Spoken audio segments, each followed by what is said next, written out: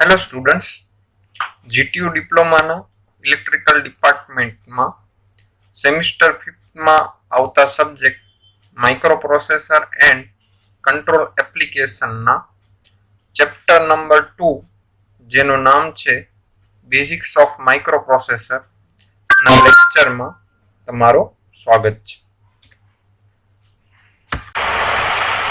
સૌથી પહેલા આપણે બેઝિક્સ ઓફ માઇક્રોપ્રોસેસર ચેપ્ટરમાં માઇક્રોપ્રોસેસરના ઇન્ટ્રોડક્શન વિશે જોઈએ. માઇક્રોપ્રોસેસર એક સેમિકન્ડક્ટર ડિવાઇસ છે જે લોજિક સર્કિટ્સથી બનેલું હોય છે અને એમાં VLSI ટેકનોલોજીનો યુઝ કરેલું હોય છે. VLSI નો ફૂલ ફોર્મ થાય છે વેરી લાર્જ સ્કેલ ઇન્ટિગ્રેશન. એનો મતલબ છે કે એક નાનકડી ચિપમાં લાખોની સંખ્યામાં લોજિક સર્કિટનો સમાવેશ થયો હશે. લોજિક સર્કિટ્સ જે છે એ સેમિકન્ડક્ટર ડિવાઇસથી બનેલી હોય છે. સેમિકન્ડક્ટર ડિવાઇસમાં ડાયોડ, ટ્રાન્ઝિસ્ટર, મોસ્ફેટ એ બધાનો ઉપયોગથી આપણે લોજિક સર્કિટ્સ બનાવતા હોઈએ છીએ અને આ લોજિક સર્કિટનો ઉપયોગ માઇક્રોપ્રોસેસરની ચિપ બનાવવા માટે યુઝ કરતા હોઈએ છીએ. એટલા માટે માઇક્રોપ્રોસેસરને આપણે સેમિકન્ડક્ટર ડિવાઇસ પણ કહેવામાં આવે છે. માઇક્રોપ્રોસેસર અરિથમેટિક અને લોજિક ઓપરેશન પરફોર્મ કરતો હોય છે. અરિથમેટિક અને લોજિક ઓપરેશનના મદદથી જ બધી પ્રોસેસ થઈ શકતી હોય છે માઇક્રોપ્રોસેસરની અંદર. સૌથી પહેલો માઇક્રોપ્રોસેસર ઇન્ટેલે બનાવ્યો હતો જેનું નામ હતો 1971માં બનાવેલો હતો. એના પછી ઇન્ટેલના 8 બીટના માઇક્રોપ્રોસેસર 8080A અને 8085A બન્યા હતા જે ઇન્ડસ્ટ્રીયલ પ્રોસેસમાં કંટ્રોલિંગ માટે ઘણા બધા વપરાતા હતા. માઇક્રોપ્રોસેસર બીજા ઘણા બધા ઇન્સ્ટ્રુમેન્ટમાં પણ યુઝ થાય છે. ઇલેક્ટ્રિકલ એન્જિનિયરિંગની એપ્લિકેશનમાં યુઝ થતા ઇન્સ્ટ્રુમેન્ટ જેવા કે CRO જેનો ફૂલ ફોર્મ થાય છે કેથોડ રે ઓસિલોસ્કોપ. કેથોડ રે ઓસિલોસ્કોપના મદદથી આપણે વેવફોર્મ સ્ક્રીન ઉપર જોઈ શકતા હોઈએ છીએ.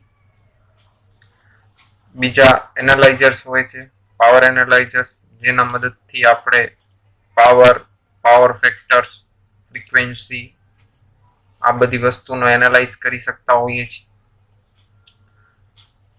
ટેમ્પરેચર કંટ્રોલ કરવું હોય અથવા તો સ્પીડ કંટ્રોલ કરવું હોય મોટરની, ફ્લો કંટ્રોલ કરવું હોય લિક્વિડનું, આ બધી પ્રોસેસ કંટ્રોલ કરવા માટે માઇક્રોપ્રોસેસરનો યુઝ થતું હોય છે.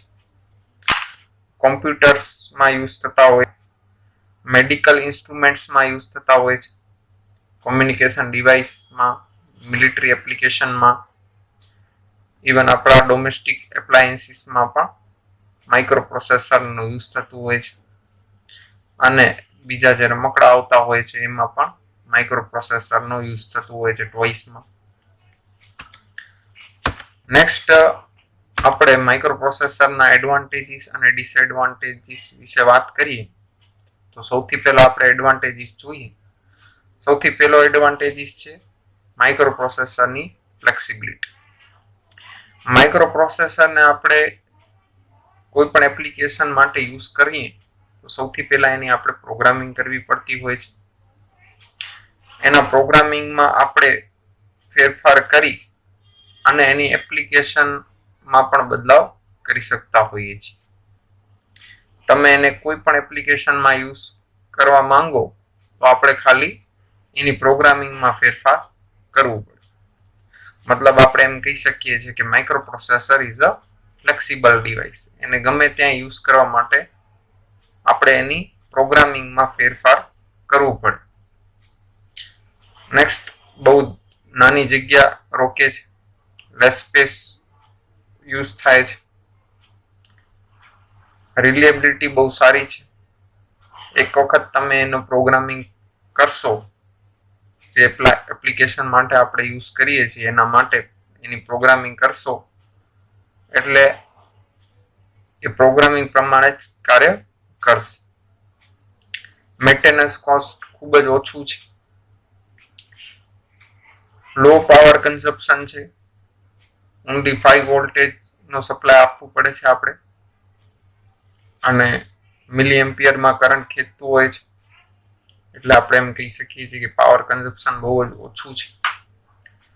સ્પીડ અને એક્યુરેસી બહુ જ સારી છે. મેગાહર્ટ્ઝમાં સ્પીડ હોય છે માઇક્રોપ્રોસેસરની. ઇવન કોમ્પ્યુટર્સમાં જે માઇક્રોપ્રોસેસર યુઝ થાય છે એની સ્પીડ ગીગાહર્ટ્ઝમાં હોય છે, અને એક્યુરેસી પણ બહુ સારી હોય છે. ડિસએડવાન્ટેજીસની વાત કરીએ તો માઇક્રોપ્રોસેસર બેઝ સિસ્ટમની ડિઝાઇન માટે એક્સપર્ટની જરૂર પડતી હોય છે. મતલબ કે જેને માઇક્રોપ્રોસેસર અને એના સિસ્ટમ વિશે નોલેજ હશે એ જ માઇક્રોપ્રોસેસર બેઝ સિસ્ટમની ડિઝાઇનિંગ કરી શકશે. માઇક્રોપ્રોસેસરની પ્રોગ્રામિંગ આપણને કરવી પડતી હોય છે. પ્રોગ્રામિંગ મતલબ કે આપણે માઇક્રોપ્રોસેસરમાં સોફ્ટવેર નાખવું પડતું હોય છે. સોફ્ટવેર એટલે કે પ્રોગ્રામિંગ જ કહેવાય. તો પ્રોગ્રામિંગ આવડતી હોય એ જ માઇક્રોપ્રોસેસર માટેનું સોફ્ટવેર લખી શકશે. મતલબ આપણે એમ કહી શકીએ કે સોફ્ટવેર એક્સપર્ટાઇઝની પણ જરૂર પડતી હોય છે.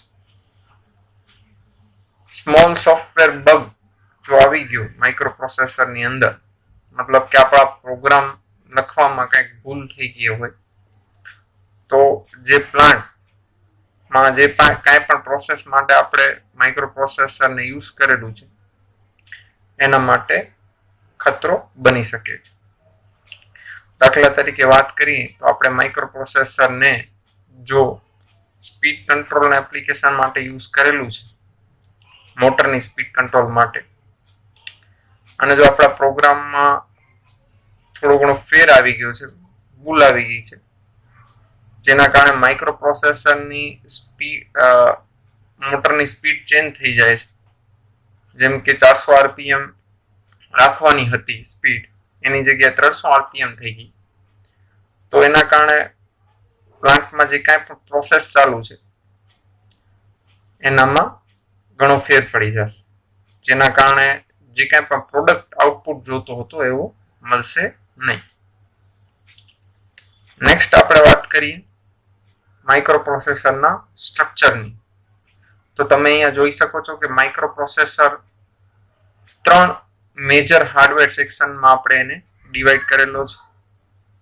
પેલો હાર્ડવેર સેક્શનની વાત કરીએ તો આવે છે રેજિસ્ટર્સ. બીજો હાર્ડવેર સેક્શન અહીંયા બતાવેલો છે ALU, જેનો ફૂલ ફોર્મ થાય છે અરિથમેટિક એન્ડ લોજિક યુનિટ.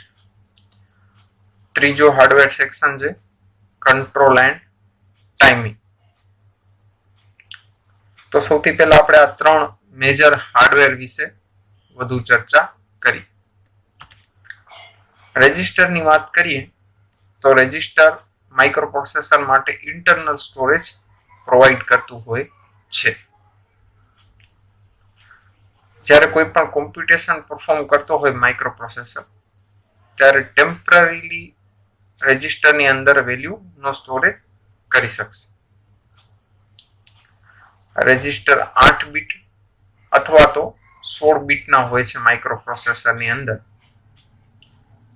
જો 8 બીટના રેજિસ્ટર હોય છે વધુ પડતા, તો આપણે એવા માઇક્રોપ્રોસેસરને 8 બીટનો માઇક્રોપ્રોસેસર કહેવામાં આવશે, કારણ કે 8 બીટની પ્રોસેસિંગ ડેટાની માઇક્રોપ્રોસેસર કરી શકતો હશે.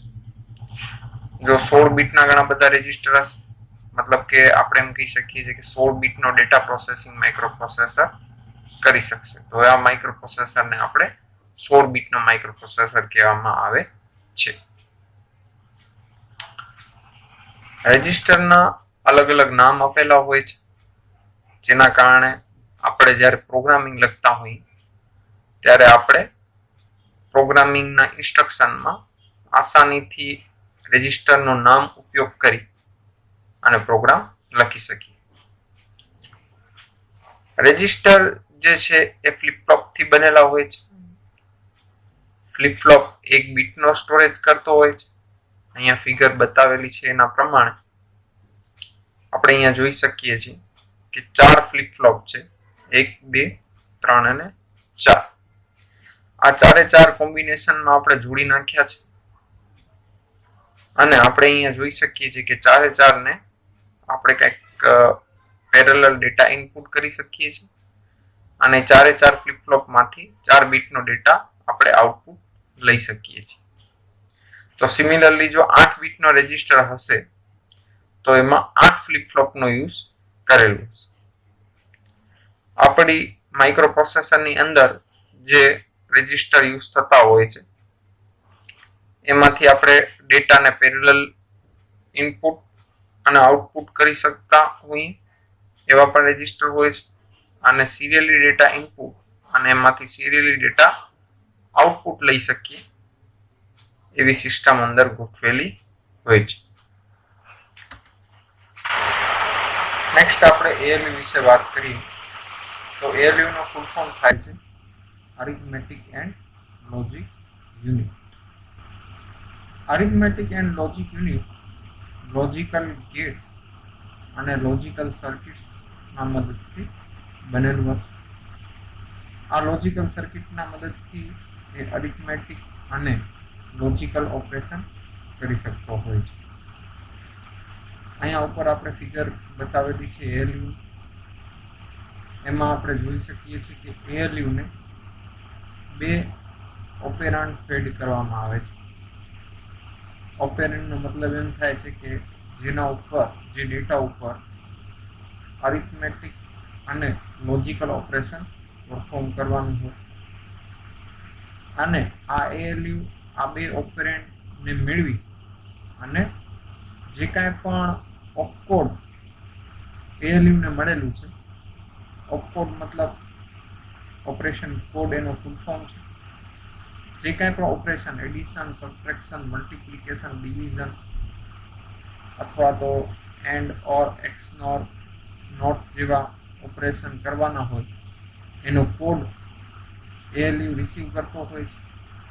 જે કાંઈ પણ કોડ ALU ને મળશે એના પ્રમાણે ઓપરેશન કરશે આ બે ઓપેરેન્ડ ઉપર અને રિઝલ્ટ આપશે.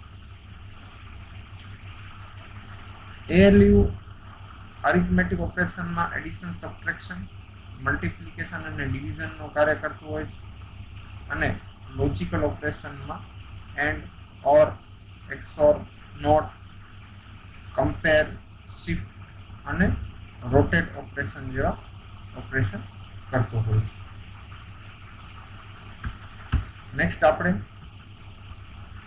કંટ્રોલ એન્ડ ટાઈમિંગ સેક્શન વિશે વાત કરીએ તો કંટ્રોલ એન્ડ ટાઈમિંગ સેક્શનમાં જે સર્કિટ હોય છે એ નેસેસરી ટાઈમિંગ સિગ્નલ પ્રોવાઈડ કરતી હોય છે. ટાઈમિંગ સિગ્નલ્સ એટલે કે આપણે ક્લોક સિગ્નલ કહી શકીએ છીએ. જેટલી પણ લોજિકલ સર્કિટ છે એ બધી લોજિકલ સર્કિટને ક્લોક સિગ્નલ્સની જરૂર પડતી હોય છે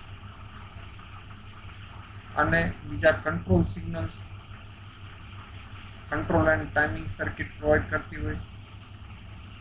આ કંટ્રોલ સિગ્નલ્સના મદદથી માઇક્રોપ્રોસેસર પોતાના ઇન્ટરનલ અને એક્સટર્નલ ઓપરેશનને સિન્ક્રોનાઇઝ કરતો હોય છે.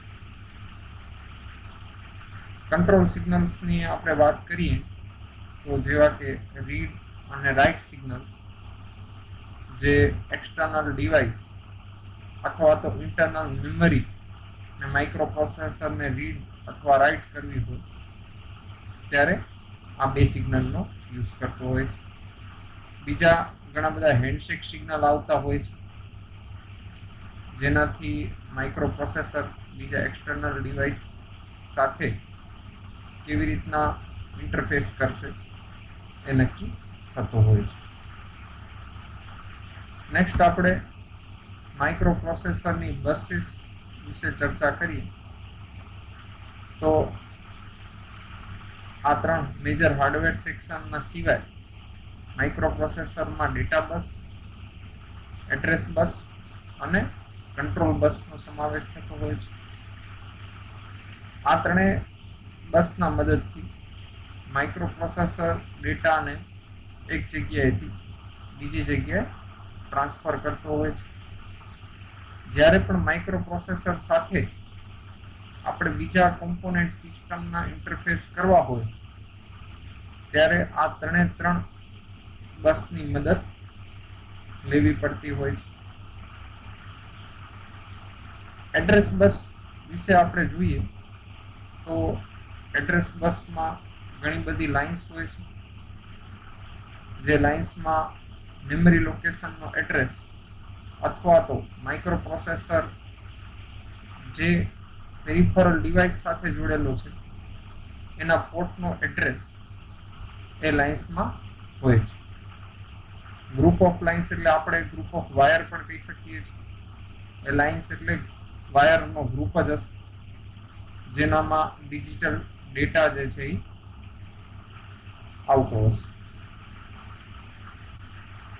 નંબર ઓફ લાઇન્સ કેટલી છે એડ્રેસ બસમાં એના ઉપરથી નક્કી થશે કે કેટલા મેક્સિમમ એમાઉન્ટની મેમરી માઇક્રોપ્રોસેસર સાથે આપણે જોડી શકશું. દાખલા તરીકે આપણે નીચે એક્ઝામ્પલ આપેલું છે જેમાં આપણે જોઈ શકીએ છીએ કે 3 બીટની એડ્રેસ બસ છે. અહીંયા આપણે એડ્રેસ રજિસ્ટર બતાવેલું છે જેમાંથી એડ્રેસ બસને ડેટા મળતો હશે.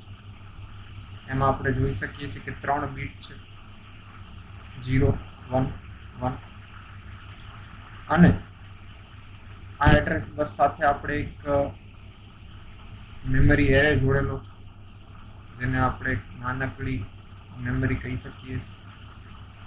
આ મેમરી એરેમાં ટોટલ 8 લોકેશન દેખાય છે તમને, જેને હું ટોટલ 8 રોથી બતાવી શકું છું. 0 થી 7 એવો ક્રમાંક આપણે આપેલું છે. એક લોકેશનમાં આપણે જોઈ શકીએ છીએ કે ટોટલ 8 બીટનો ડેટા સ્ટોર થયેલું છે.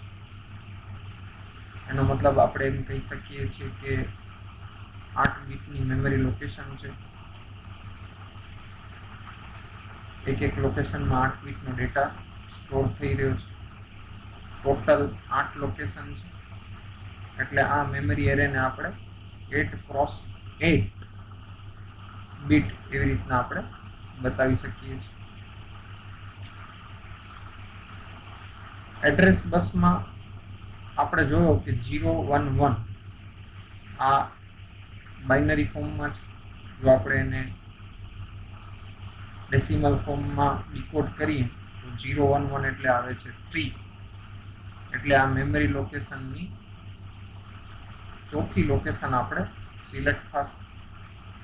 ડેસિમલની ગણતરી પ્રમાણે 0 1 2 3 એટલે ડેસિમલ પ્રમાણે અહીંયા થર્ડ નંબરની જે લોકેશન છે એ સિલેક્ટ થઈ રહી છે. થર્ડ લોકેશનમાં જે કાંઈ પણ ડેટા છે એ ડેટા બસમાં આવી જશે.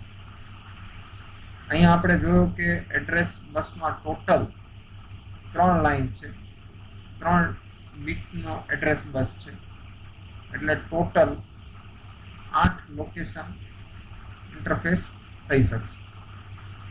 જ્યાં પહેલા લોકેશનનો જો એડ્રેસની વાત કરીએ તો પહેલા લોકેશનનો એડ્રેસ થશે 0 0 0. બીજા લોકેશનનો એડ્રેસ આપણે જો કહેશું તો થશે 0 1 1. થર્ડ લોકેશનનો એડ્રેસ થશે 0 1 0.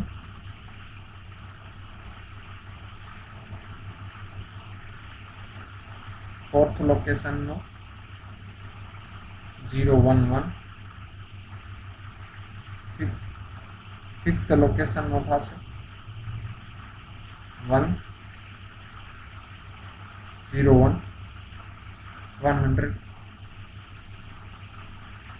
સિક્સ્થનો થશે 1 0 1. સેવન્થ લોકેશનનો થશે 1 1 0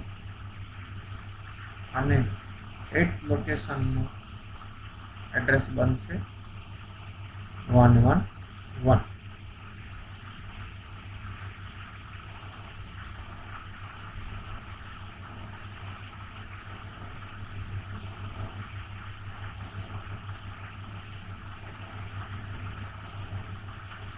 તો આપણે અહીંયા જોયું કે જો એડ્રેસ બસ 3 બીટની છે તો 000 એડ્રેસ લોકેશનથી સ્ટાર્ટ કરી અને એડ્રેસ લોકેશન 111 સુધી માઇક્રોપ્રોસેસર મેમરી લોકેશનને એક્સેસ કરી શકે છે. નેક્સ્ટ આપણે ડેટા બસ વિશે વાત કરીએ તો ડેટા બસ એક બાયડાયરેક્શનલ બસ છે જેના મદદથી ડેટાનો ટ્રાન્સફર માઇક્રોપ્રોસેસરથી મેમરી અને મેમરીથી માઇક્રોપ્રોસેસરમાં અથવા તો માઇક્રોપ્રોસેસરથી ઇનપુટ આઉટપુટ ડિવાઇસ અને ઇનપુટ આઉટપુટ ડિવાઇસથી માઇક્રોપ્રોસેસરમાં થઈ શકતો હોય છે.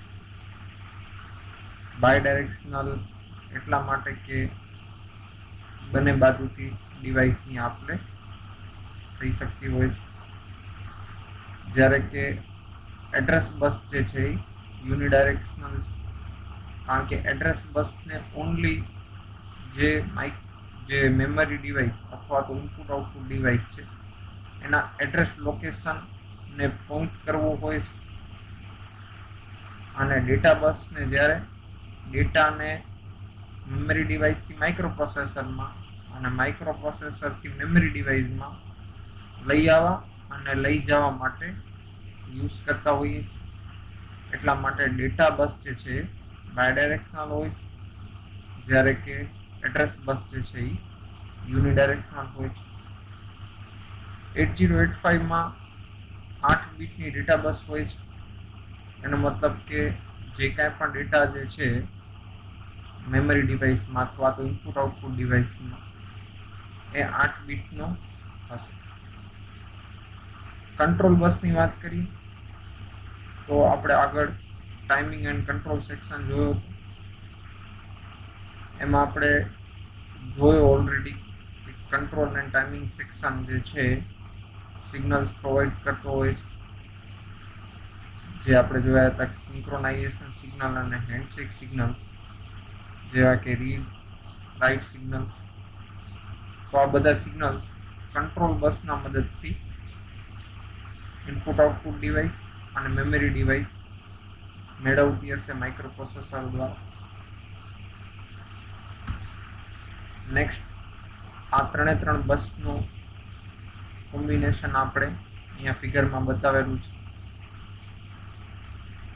વચ્ચે સીપીયુ એટલે કે માઇક્રોપ્રોસેસર છે, એની સાથે અહીંયા આપણે જોઈ શકીએ છીએ મેમરી ડિવાઇસ છે જેના 2n જેટલા લોકેશન હોય છે, જે આપણે જોઈએ જે capital N is equal to address બસની સંખ્યા છે, એડ્રેસ બસના લાઇનની સંખ્યા છે, અને અહીંયા બાજુમાં ઇનપુટ આઉટપુટ ડિવાઇસ કનેક્ટ થાય એના માટેના પોર્ટ્સ છે.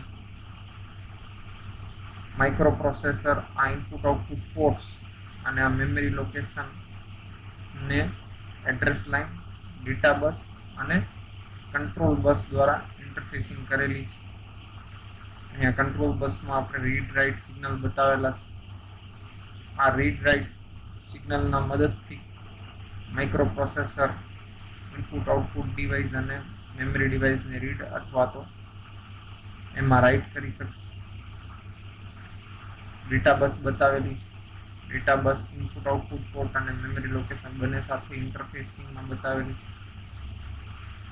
ડેટા બસ આપણે જોઈ શકીએ છીએ કે બાયડાયરેક્શનલ દિશામાં બતાવેલી છે, બંને તરફ એરો બતાવેલા છે, જ્યારે કે એડ્રેસ બસમાં આપણે ઓનલી સિંગલ એરો બતાવેલો છે. આ એરો માઇક્રોપ્રોસેસરમાંથી નીકળી રહ્યો છે અને ઇનપુટ આઉટપુટ ડિવાઇસ અથવા તો મેમરી ડિવાઇસમાં જઈ રહ્યો છે. એનો મતલબ કે માઇક્રોપ્રોસેસર કયા લોકેશનમાંથી ડેટા લેવાનો છે અથવા તો ડેટા આપવાનો છે એ એડ્રેસ બસ દ્વારા પોઈન્ટ થાય છે. તો આજે આપણે આટલો રાખીએ. નેક્સ્ટ આપણે જનરલાઇઝ આર્કિટેક્ચર ઓફ માઇક્રોપ્રોસેસર જોશું નેક્સ્ટ લેક્ચરમાં, જે હું જલ્દીથી યુટ્યુબ ઉપર અપલોડ કરીશ. Thank you.